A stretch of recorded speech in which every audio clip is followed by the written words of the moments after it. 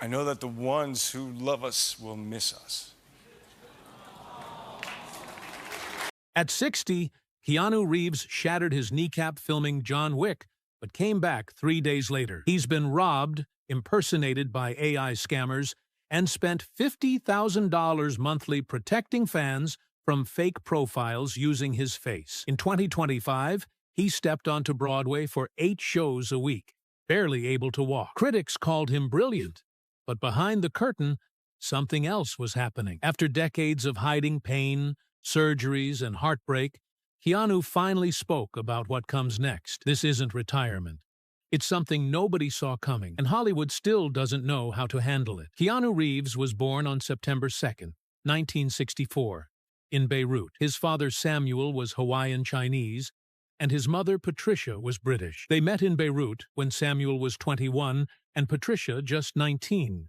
Patricia was working in costume design, and Samuel was drifting between jobs, already living a wild life. Keanu's name means cool breeze over the mountains in Hawaiian, but his early years were anything but calm. Just 3 weeks after Keanu was born, the family moved to Sydney. A year later, Samuel vanished from their lives completely. By the time Keanu turned 3, Patricia had moved to New York, raising him alone. And that was just the start of their endless moving. Keanu's dad was already deep into drugs when he disappeared, but Keanu kept visiting him in Hawaii until he turned 13. Their final meeting in 1977 was strange. They just sat under the stars quietly. And then the next day, Samuel dropped him at the airport. That was it. He never saw him again. Years later, when someone asked Keanu where his dad was, he said it was like the earth swallowed him. When Samuel ended up in prison, Keanu didn't even know. The emotional damage was permanent. Patricia tried to build a stable life, but her love life kept things rocky. She married Broadway director Paul Aaron in 1970.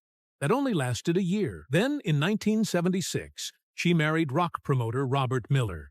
They had a daughter, Karina. Later came her 4th husband, Jack Bond, a salon owner.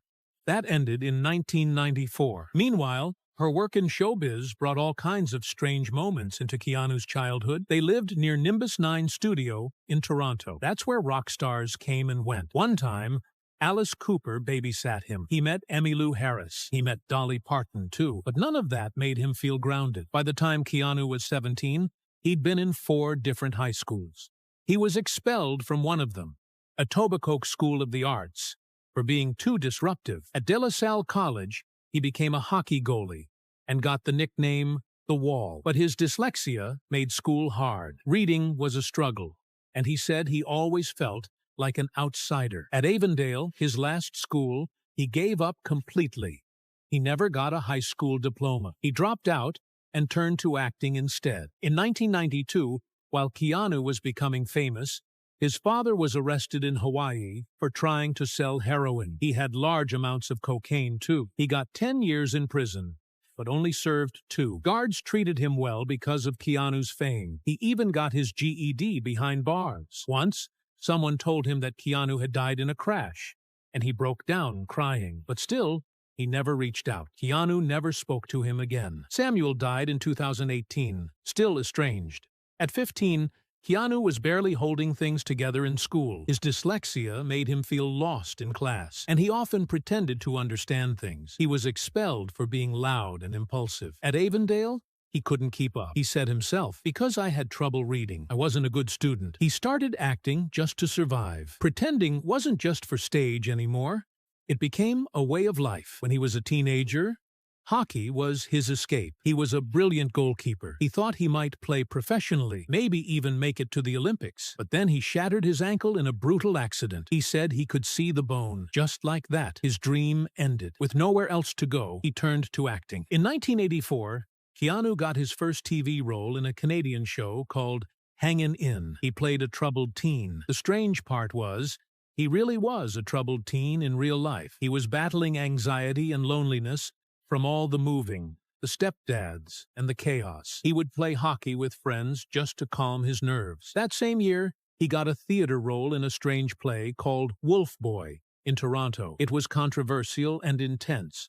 His performance was raw, physical, and unforgettable. Some scenes became local legends. This was the moment he started to get noticed. In 1985, he drove his car to Hollywood to chase acting dreams, but agents told him his name was too foreign. They wanted him to change it to something more American, like Casey or Chuck. For a while, he used the name Keanu Reeves, but eventually, he refused. He said it felt wrong to hide who he was. That decision shaped his path.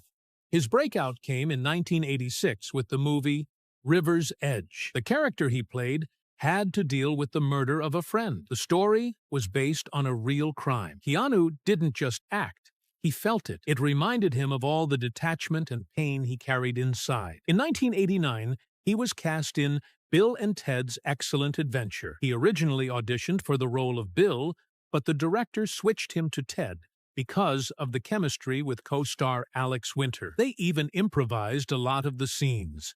The script was first written on napkins. No one expected it to become a cult hit. Then came Point Break in 1991. Keanu trained for months to learn surfing. He nearly drowned several times. He trained with FBI agents too, and even quarterback coaches. He gave everything to that role. After the movie, he kept surfing for life. In 1986, he filmed Young Blood, a hockey movie with Rob Lowe and Patrick Swayze. He played a goalie again. He did all his own stunts.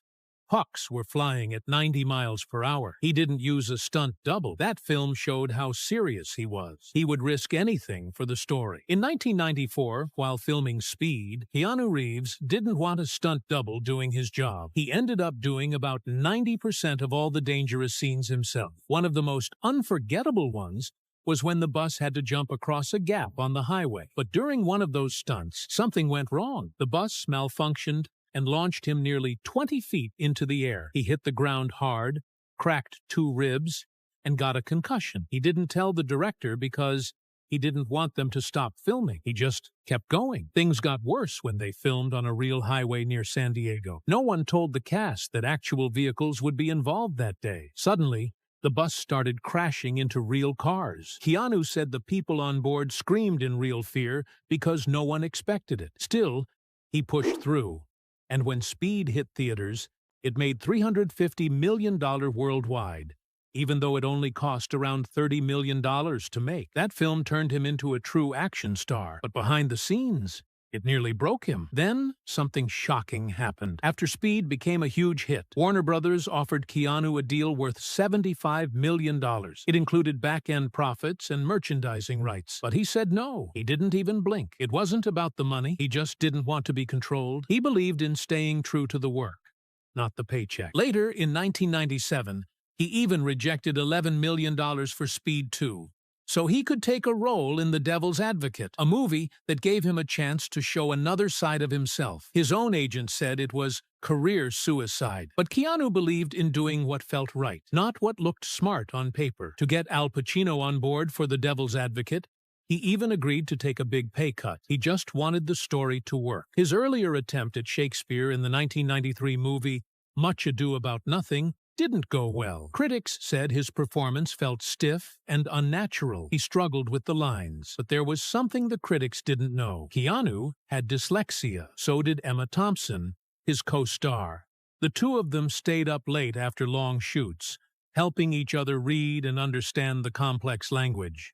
She helped him learn how to speak those lines, and their friendship grew stronger because they both understood how hard it was. That movie may have embarrassed him publicly, but privately, it taught him how to keep going even when you feel like you're falling behind. Then came Johnny Mnemonic in 1995, and everything that could go wrong did. The movie started with a $26 million budget, but after Speed's success, Sony tried to turn it into a blockbuster. Keanu clashed with the director over everything, from the casting to the action scenes. He even walked off the set twice. The director later called the whole thing corrupt and torturous. The movie was supposed to be small and smart, based on William Gibson's cyberpunk story, but it got twisted into something else. They spent way more money than planned, and the final version didn't match anyone's vision. It lost almost $100 million globally. Keanu later admitted that his big dreams about using new technology in the movie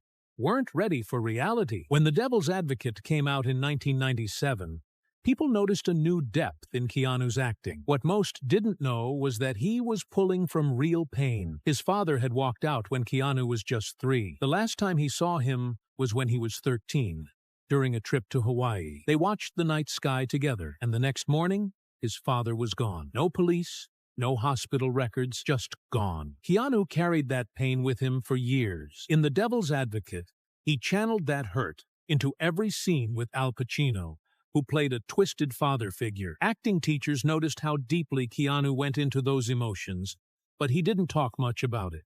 He called the praise just flattery, like he didn't want to let the compliments in. Then came The Matrix.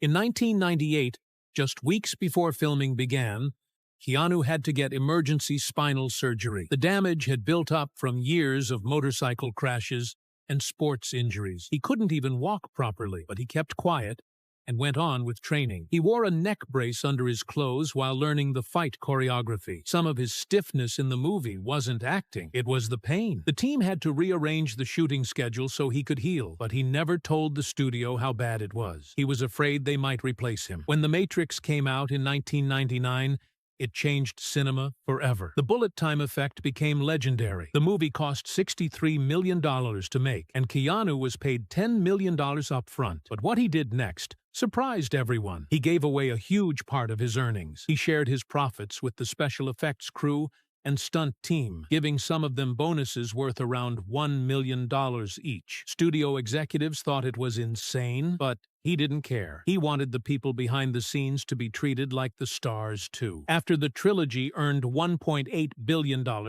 Keanu found out that Warner Brothers had messed with the numbers. They were underreporting profits to avoid paying him what he was owed. In 2001, he filed a lawsuit. He claimed the studio used shady accounting tricks to hold back around $100 million in residuals. They quietly settled out of court, and Keanu added clauses to protect his future deals. But the whole thing made him more distant from the business side of Hollywood. He wanted to act, not fight over money. In The Matrix Reloaded, filmed in 2002, Keanu pushed his body again. The highlight was a 14-minute highway chase scene. A full freeway was built just for the shoot. He drove himself in most of the stunts, sometimes reaching over 85 km/h. One scene involved a 180-foot car flip. He walked away from it, but not unharmed. The whiplash was bad. He needed therapy and lived with neck pain for years. For a moment, he thought about using stunt doubles in Matrix Revolutions, but he didn't. While all this was happening,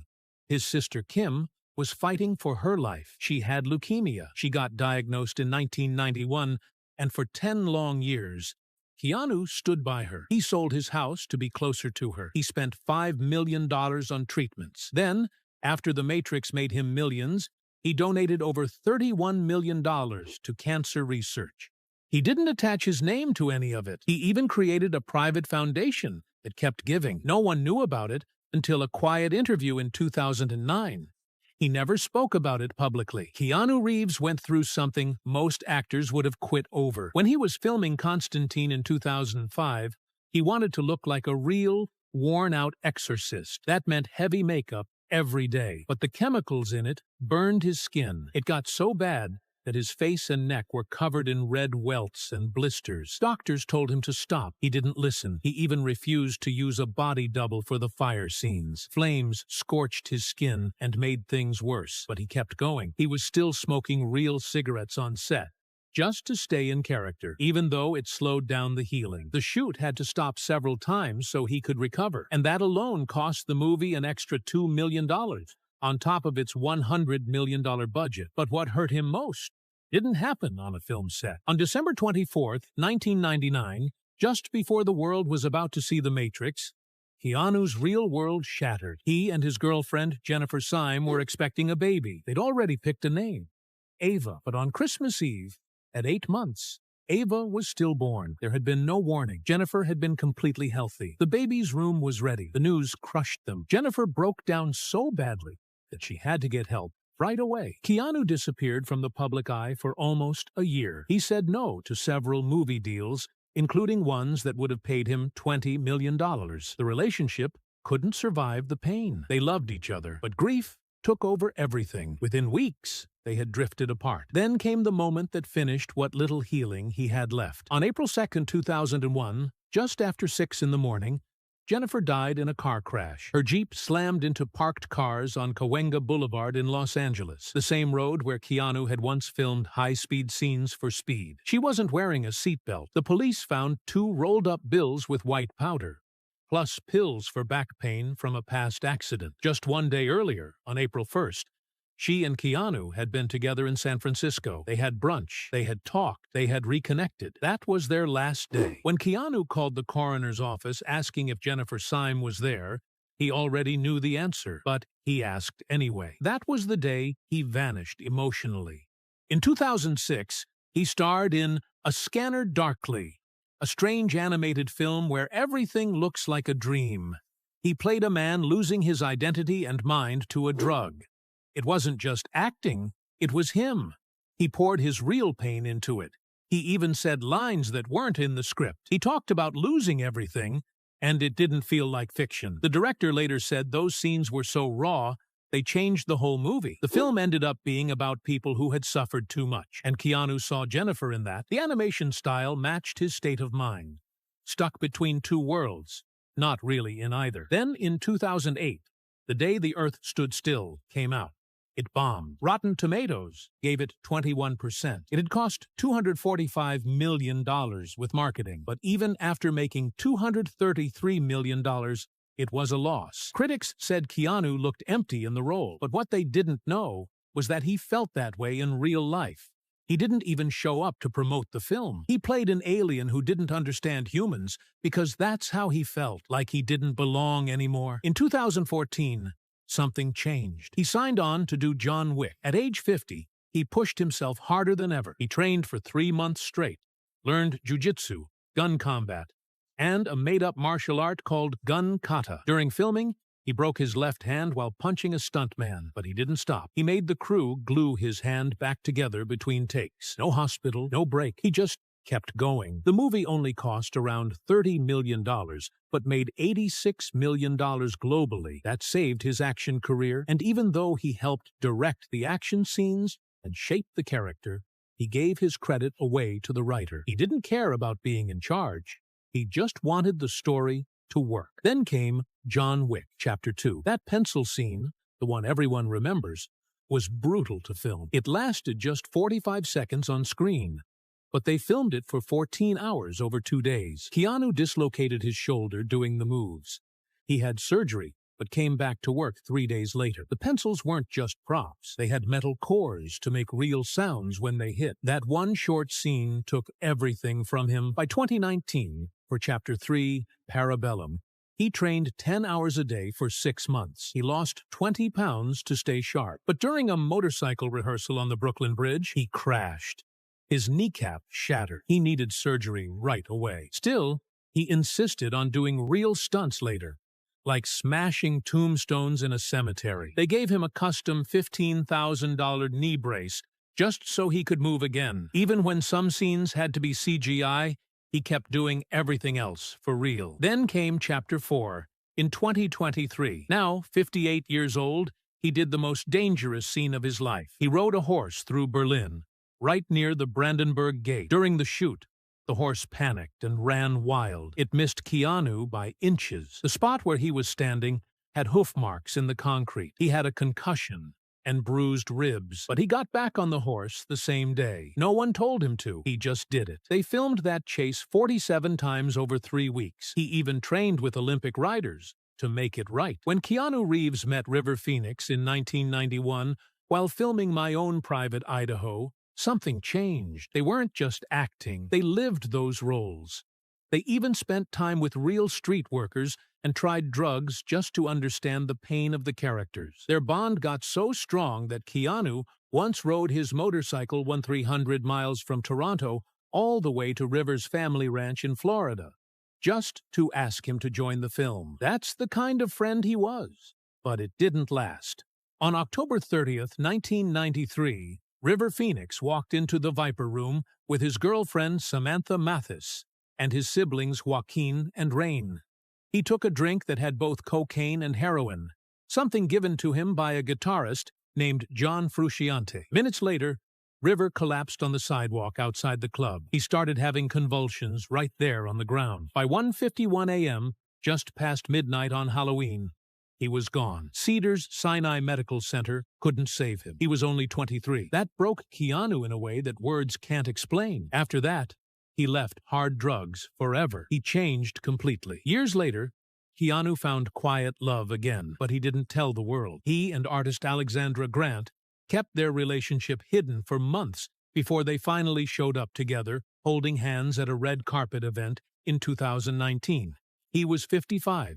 She was 51. They had actually met back in 2011 when they worked together on a small book. That book, Ode to Happiness, had his words and her drawings. Their bond quietly grew over the years. People close to them noticed her art had become more joyful. By early 2019, they were already dating, kept it private. In February 2025, Keanu said she now rides motorcycles with him and loves it. It was his first serious public relationship since everything he had lost. Keanu had learned how to keep things private. Back in 1999, he had a severe spinal problem. He was slowly losing feeling in his legs because of a crushed disc and narrowing in his spine. He hid it from everyone. He even wore a neck brace while learning kung fu for The Matrix. He never told the directors.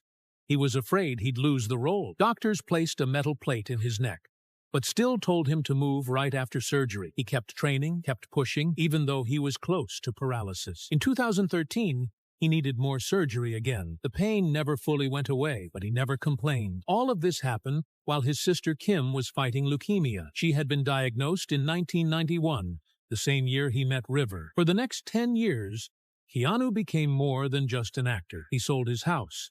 He spent $5 million on her treatment. When the pain got too much for her, she said Keanu would just sit and hold her hand. She called him her shield, the one who kept the bad man away. When The Matrix made $45 million for him, he gave away 70% of that, $31.5 million, to cancer research. He even delayed film shoots just to stay by Kim's side. She beat cancer in 2001, but Keanu kept funding research quietly. He never wanted his name on anything. He didn't stop there. In 2020, when the world shut down because of COVID, Keanu showed up at food banks in Los Angeles, wearing a disguise so no one would recognize him. He served meals, helped with supplies, and never told anyone. He already had a private foundation helping kids and cancer research since the mid-2000s. He told a magazine once that he didn't want to attach his name to it. He just wanted to help. During the lockdowns, he donated millions across the US and Canada, and no one even knew. Even when he returned to The Matrix in 2021 for Resurrections, things weren't easy. He was 57, still recovering from old surgeries, and the script kept changing. He had to relearn kung fu again. He didn't agree with the director's new style. Almost half of Neo's lines were changed by Keanu himself. The film shut down during COVID in March 2020, came back in August. But by then, things had changed. The $190 million movie only earned $160.2 million. It didn't do well. Keanu was right, but the damage had been done. His working relationship with the director never recovered. Then something unexpected happened. In Sonic the Hedgehog 3, released in December 2024, Keanu voiced Shadow. He was 60 years old. It was his first big voice role. He recorded 200 lines in total isolation because of health safety rules. He used the same intense voice he had used in John Wick. Even the director was surprised how perfect it sounded. His voice helped make the movie a global hit. It earned $725.2 million worldwide, but not everything was good news. In December 2023, 6 of Keanu's expensive watches were stolen from his Hollywood Hills home. The thieves disabled the security and entered through a window. One watch was a $9,500 Rolex engraved JW4, a personal gift he had given to his John Wick 4 stunt team. That one hurt the most.